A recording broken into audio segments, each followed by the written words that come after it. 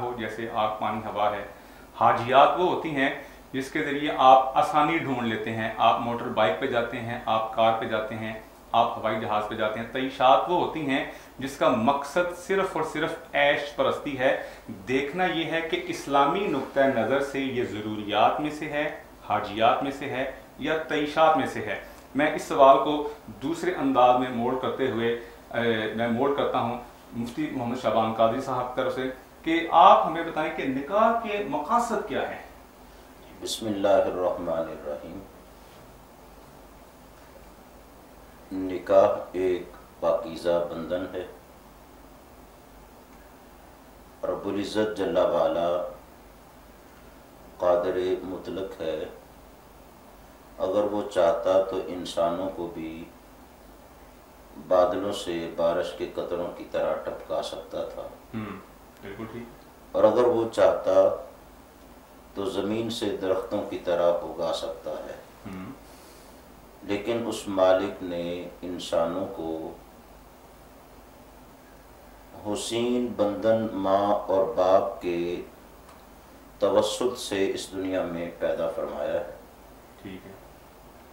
اور مخلوقات میں سے ماں اور باپ کے ساتھ حسن سلوک کا سب سے زیادہ حکم دیا ہے۔ تو رب العزت جل وعلا نے انسانوں کو حیوانوں کی طرح ان کی خواہشات پر نہیں چھوڑا، بلکہ انسانوں کو ایک کامل معاشرہ عطا فرمایا، اور قرآن مجید فرقان حمید میں کہا فَجَعَلَهُ نَسَبًا وَصِحْرًا، کہ انسان کو نسب والا بھی بنایا ہے اور سسرال والا بھی بنایا ہے۔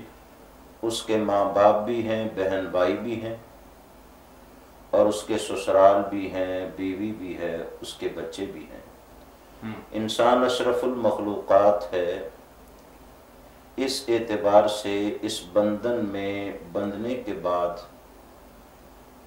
بہت ساری ذمہ داریوں سے آگاہ ہوتا ہے اور ان کو ادا کرتا ہے۔ اور یاد رکھیے یہ انسان کی بنیادی ضرورت ہے، خاص کر جب انسان کے اندر گھر بسانے کی طاقت موجود ہو، اور اس وقت جب اس کی خواہش اس پر غالب آئے تو یہ نکاح سنت اور واجب کا درجہ رکھتا ہے۔ ٹھیک ہو گیا۔ میرے اور آپ کے پیارے کریم آقا علیہ السلام نے اس سلسلہ میں نوجوانوں سے خطاب کرتے ہوئے ارشاد فرمایا، حدیث متفق علیہ ہے اور مسلم کے الفاظ پڑھنے لگا ہوں۔ ارشاد فرمایا، یا معاشر الشباب من استطاع منکم الباءۃ فلیتزوج، اے جوانوں، چونکہ نکاح کا مسئلہ تھا تو جوانوں سے خطاب کیا، اور فرمایا تم میں سے جو گھر بسانے کی طاقت رکھتا ہے فلیتزوج، اسے چاہیے کہ وہ نکاح کرے، اور اس کے فوائد ساتھ ہی بیان فرمائے، فَإِنَّهُ أَغَضُّ لِلْبَصَرِ وَأَحْسَنُ لِلْفَرْجِ، فرمایا اس کے دو بڑے فائدے ہیں۔ پہلا فائدہ یہ ہے کہ نکاح کے ساتھ نظر میں حیا پیدا ہوتی ہے، اور الحیاء کلہ من الایمان، حیا ساری کی ساری ایمان کی ہے۔ دوسرا بڑا فائدہ یہ ہے اس کے ساتھ انسان شرمگاہ کی حفاظت کر سکتا ہے، اور اس کے پاس تسکین کے لیے جائز راستہ موجود ہوتا ہے، لہذا وہ جائز اور درست راہ کو اپنا کے ناجائز اور حرام کے راستے سے، زنا سے اپنے آپ کو بچا سکتا ہے۔ اس کے بعد میرے اور آپ کے پیارے کریم آقا علیہ السلام نے ارشاد فرمایا، وَمَن لَمْ يَسْتَطِعْ، جو گھر بسانے کی طاقت ہی نہیں رکھتا تو فرمایا فَلْيَصُمْ، اسے چاہیے کہ وہ روزے رکھے، فَإِنَّهُ لَهُ وَجَاء، اس لیے کہ روزہ اس کی خواہش کو توڑے گا اور وہ ناجائز اور حرام میں مبتلا نہیں ہوگا۔ یاد رکھیے نکاح کے ساتھ زنا کا دروازہ بند ہوتا ہے، انسان پر ذمہ داریاں آتی ہیں، اور یہ اس کی بنیادی ضرورت میں سے ہے۔ آج مغرب زدہ لوگ جو یوں کہہ دیتے ہیں کہ ماں اور باپ نے معاذ اللہ اپنی عیش و عشرت اور تسکین کے لیے نکاح کیا، جس کے نتیجے میں ہم پیدا ہوئے، ہمارے لیے تو کچھ نہیں کیا، وہ اس بات کی حقیقت کو نہیں سمجھتے، انہیں احساس ہی نہیں کہ ماں باپ کے لیے اولاد کتنا بڑا سرمایہ ہے اور ان کی متاع حیات ہے، بڑھاپے کا آسرا ہے، قیامت میں شفاعت کا سہارا ہے۔ ازل سمیت مختلف ایسے طرق موجود ہیں کہ وہ عیش و عشرت میں بھی مبتلا رہیں لیکن اولاد بھی پیدا نہ ہو، اس کے باوجود نکاح کے حلال بندھن میں آ کے اولاد کی خواہش رکھنا اور ایک دوسرے کا احترام کرنا، میاں بیوی کا ایک دوسرے کے حقوق ادا کرنا اور ہمیشہ حلال کے اندر رہ کے اپنے معاملات کو درست رکھنا، یہ نکاح کی برکت کے ساتھ ہمیں میسر آتا ہے۔ مفتی صاحب نے گفتگو جو کی ہے اس کا لب لباب اگر یوں سمجھا جائے تو مفتی صاحب نے کہا ہے کہ نکاح ایک ایسی چیز ہے جس کی وجہ سے آئلی نظام مضبوط ہوتا ہے، جو حقوق العباد ہیں ان کا نظام مضبوط ہوتا ہے۔ آج یورپ حقوق العباد نہ ہونے کی وجہ سے پریشان ہے، اور اسلام آج بھی حقوق العباد کی وجہ سے، گھریلو خاندانی سسٹم کی وجہ سے مضبوط ہے۔ نکاح کا سب سے جو اہم مقصد حقوق العباد کا باہمی تعلق ہونا ہے، اور دوسرا مفتی صاحب نے جو بات کی ہے کہ اس سے حیا اور نظر محفوظ رہتی ہے، اور تیسری بات جو کی ہے جس کی وجہ سے سارا یورپ پریشان ہے، گو کہ یورپ یہ ساری دنیا پر چیز مسلط کر رہا ہے، لیکن اسلام کے دامن میں آنے سے ہمیں اس چیز سے تحفظ ملتا ہے، وہ ہے شرمگاہ کی حفاظت۔ یہ مفتی صاحب نے جو مین مقاصد بیان کیے ہیں وہ یہ ہیں۔ حاضر ہوتے ہیں ایک وقفے کے بعد دوبارہ نئے سوالات کے لیے۔ رگز یہ ہے پہچان گجرانوالہ کی۔ میں رانا عمر اسٹور کی گروسری پہ آئی ہوئی ہوں۔ یہ ایک بہت ہی اچھا اسٹور ہے، یہاں سے تمام ضرورت کی اشیاء مل جاتی ہیں، اور میں چاہوں گی کہ اس کی اور بھی برانچز انکریز ہوں۔ گجرانوالہ کے لیے بہت ہی بہترین ہے۔ اچھا ہے کہ ساری چیزیں جو ہے ایک ہی جو ہے ڈور اسٹیپ میں ساری چیزیں مل جاتی ہیں، ریٹ بھی ٹھیک ہے، مناسب ہے مارکیٹ کے حساب سے، تو اچھا ہے کہ ایک جگہ، لیکن یہ مزید برانچز ہونی چاہیے۔ شاپنگ کا مزہ تو رانا عمر کے اسٹور سے ہی آتا ہے، کیونکہ یہاں پر جو چیزوں کا معیار ہے وہ پورے شہر میں اس طرح کا معیار ہمیں نہیں ملتا۔ یہاں پہ ہر چیز مل جاتی ہے، اور ہم آپ کو بھی مشورہ دیتے ہیں کہ آپ یہاں پہ شاپنگ کے لیے آئیں۔ 15 سالوں سے ہمارا رانا عمر جنرل اسٹور کے ساتھ تعلق ہے، اور ان کی کوالٹی اور ہر چیز میں ہمیں سیٹسفائیڈ رہتے ہیں، اور پرائز اچھے ہیں ان کے۔ میں رانا عمر کے کسٹمر ہوں، میں ہر منتھ یہاں سے گروسری کرتی ہوں۔ بہت ہی اچھا اسٹور ہے یہ، یعنی کہ ہر چیز یہاں سے اویلیبل ہمیں ہوتی ہے۔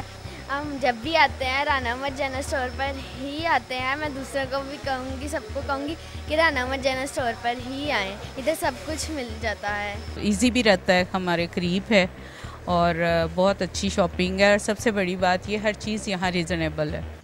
گزشتہ 27 سال سے شہریوں کے اعتماد نے ثابت کیا کہ ہم ان کی توقعات اور ضرورتوں کو بہتر جانتے ہیں۔ یہاں پر ملنے والی تمام اشیاء مثلاً سبزی، دالیں، چاول، گھی، مسالہ جات، ڈرائی فروٹس، حلوہ جات، bakery, crockery, cosmetics, under garments, کھلونے، اسٹیشنری، فروزن فوڈز، مشروبات اور دیگر اشیاء کوالٹی اور معیار کے اعتبار سے اپنا منفرد مقام رکھتی ہیں، اور وہ بھی انتہائی مناسب قیمت کے ساتھ۔ تو ابھی اپنے قریبی اسٹور پر وزٹ کیجیے۔ رانا عمر گروپ آف سروسز، معیار پر کوئی سمجھوتا نہیں۔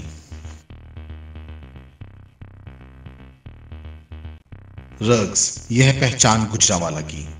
میں رانا عمر اسٹور کی گروسری پہ آئی ہوئی ہوں۔ یہ ایک بہت ہی اچھا اسٹور ہے، یہاں سے تمام ضرورت کی اشیاء مل جاتی ہیں، اور میں چاہوں گی کہ اس کی اور بھی برانچز انکریز ہوں۔ گجرانوالہ کے لیے بہت ہی بہترین ہے۔ اچھا ہے کہ ساری چیزیں جو ہے ایک ہی جو ہے ڈور اسٹیپ میں ساری چیزیں مل جاتی ہیں، ریٹ بھی ٹھیک ہے، مناسب ہے مارکیٹ کے حساب سے، تو اچھا ہے کہ ایک جگہ، لیکن یہ مزید برانچز ہونی چاہیے۔ شاپنگ کا مزہ تو رانا عمر کے اسٹور سے ہی آتا ہے، کیونکہ یہاں پر جو چیزوں کا معیار ہے وہ پورے شہر میں اس طرح کا معیار ہمیں نہیں ملتا۔ یہاں پہ ہر چیز مل جاتی ہے، اور ہم آپ کو بھی مشورہ دیتے ہیں کہ آپ یہاں پہ شاپنگ کے لیے آئیں۔ 15 سالوں سے ہمارا رانا عمر جنرل اسٹور کے ساتھ تعلق ہے، اور ان کی کوالٹی اور ہر چیز میں ہمیں سیٹسفائیڈ رہتے ہیں، اور پرائز اچھے ہیں ان کے۔ میں رانا عمر کے کسٹمر ہوں، میں ہر منتھ یہاں سے گروسری کرتی ہوں۔ بہت ہی اچھا اسٹور ہے یہ، یعنی کہ ہر چیز یہاں سے اویلیبل ہمیں ہوتی ہے۔ ہم جب بھی آتے ہیں رانا عمر جنرل اسٹور پر ہی آتے ہیں۔ میں دوسروں کو بھی کہوں گی، سب کو کہوں گی کہ رانا عمر جنرل اسٹور پر ہی آئیں، ادھر سب کچھ مل جاتا ہے۔ ایزی بھی رہتا ہے، ہمارے قریب ہے، اور بہت اچھی شاپنگ ہے، اور سب سے بڑی بات یہ ہر چیز یہاں ریزنیبل ہے۔ گزشتہ 27 سال سے شہریوں کے اعتماد نے ثابت کیا کہ ہم ان کی توقعات اور ضرورتوں کو بہتر جانتے ہیں۔ یہاں پر ملنے والی تمام اشیاء مثلا سبزی، دالیں، چاول، گھی، مسالہ جات، ڈرائی فروٹس، حلوہ جات، bakery, crockery, cosmetics, under garments, کھلونے، اسٹیشنری، فروزن فوڈز، مشروبات اور دیگر اشیاء کوالٹی اور معیار کے اعتبار سے اپنا منفرد مقام رکھتی ہیں، اور وہ بھی انتہائی مناسب قیمت کے ساتھ۔ تو ابھی اپنے قریبی اسٹور پر وزٹ کیجئے۔ رانا عمر گروپ آف سروسز، معیار پر کوئی سمجھوتا نہیں۔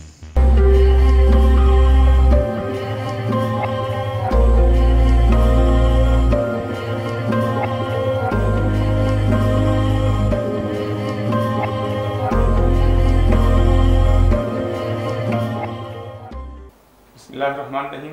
وقفے کے بعد دوبارہ حاضر ہیں۔ ہم بات کر رہے تھے نکاح کی ضرورت و اہمیت۔ آپ دیکھ رہے ہیں RNN رقص نیوز دین و دنیا پروگرام کے ساتھ نکاح کی ضرورت و اہمیت پر بات کرتے ہوئے ابھی مفتی صاحب نے یہ بات کی تھی کہ نکاح انسانی ضرورت ہے۔ تو میں پروفیسر صاحب سے یہ بات کروں گا کہ اگر نکاح انسانی فطرت ہے، انسانی ضرورت ہے، تو اس کے لیے بغیر نکاح کے جسمانی تعلق قائم کرنا، آپ اس کو کس نظر سے دیکھتے ہیں؟ اس میں ملالہ یوسفزئی کے اس سٹیٹمنٹ کا حوالہ دینا چاہوں گا جس میں اس نے کہا کہ بغیر نکاح کے ہم اپنے مرضی کے پارٹنر کے ساتھ رہ سکتے ہیں۔ پہلے تو اس کی بیک گراؤنڈ جاننا ضروری ہے۔ اس کے جو اینکر کے ووگ میگزین جس کے فرنٹ پیج پہ جگہ لینا بڑا مشکل ہوتا ہے اور بڑے پاپولر لوگ وہاں پہ جگہ بنا پاتے ہیں، تو اس کو اس انٹرویو کی وجہ سے جگہ دی گئی، اور اس کی شاید یہ وجہ تھی جو یہ سٹیٹمنٹ تھی کہ بغیر نکاح کے آپ کسی بھی پارٹنر کو چن سکتے ہیں اور اس کے ساتھ رہ سکتے ہیں۔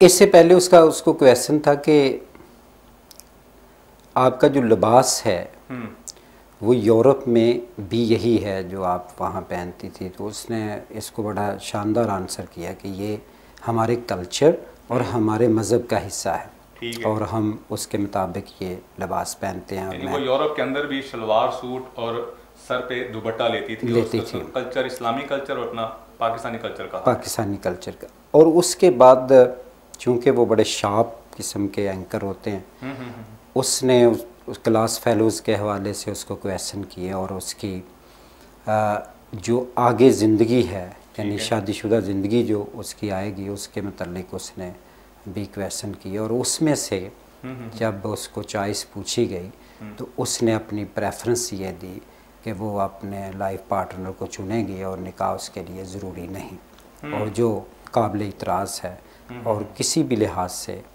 اخلاقی، مذہبی اور معاشرتی طور پر ہم اس کو ایکسیپٹ نہیں کر سکتے، بینگ مسلم اور بینگ پاکستانی، اور بینگ اگر پشتون کی بات کریں تو وہ تو بالکل بھی اس کو ایکسیپٹ نہیں کریں گے، غیرت مند لوگ ہوتے ہیں۔ تو یہ اس کا آنسر۔ اب ذرا یورپ کا سٹائل جس کلچر میں وہ رہ رہی ہے، دراصل وہاں ایک چل رہا ہے ٹرینڈ کوہیبیٹیشن کہتے ہیں کہ آپ بغیر شادی کے ایک دوسرے کے ساتھ ایک ایگریمنٹ کر لیتے ہیں اور پارٹنر ایک دوسرے کے بن کر رہتے ہیں، ان کے کچھ رائٹس بھی وضع ہیں اور کچھ ان کے ڈیوٹیز بھی ہیں، اور وہ اگر کسی بھی یورپین کنٹریز میں جاتے ہیں تو ان کو ایکسیپٹ کیا جاتا ہے، اور یہ ٹرینڈ یورپ میں بہت عام ہوتا جا رہا ہے اور بڑی تیزی سے ہوتا جا رہا ہے۔ اب بغیر نکاح کے، بغیر ایک بندھن کے اور بغیر ایک قانون کے اندر آئے ایک دوسرے کے ساتھ رہنا، یہ کسی بھی دین میں قابل قبول نہیں، ایون کرسچینٹی میں بھی اس کو ایکسیپٹ نہیں کیا جاتا، بلکہ وہ تو یہ کہتے ہیں چرچ کے اندر نکاح ہوتا ہے اور وہ اپنے خدا کے سامنے اس بندھن میں بنے جاتے ہیں۔ تو وہ مذہب کیسے اجازت دے سکتا ہے کہ وہ بغیر نکاح کے، بغیر شادی کے وہ ایک دوسرے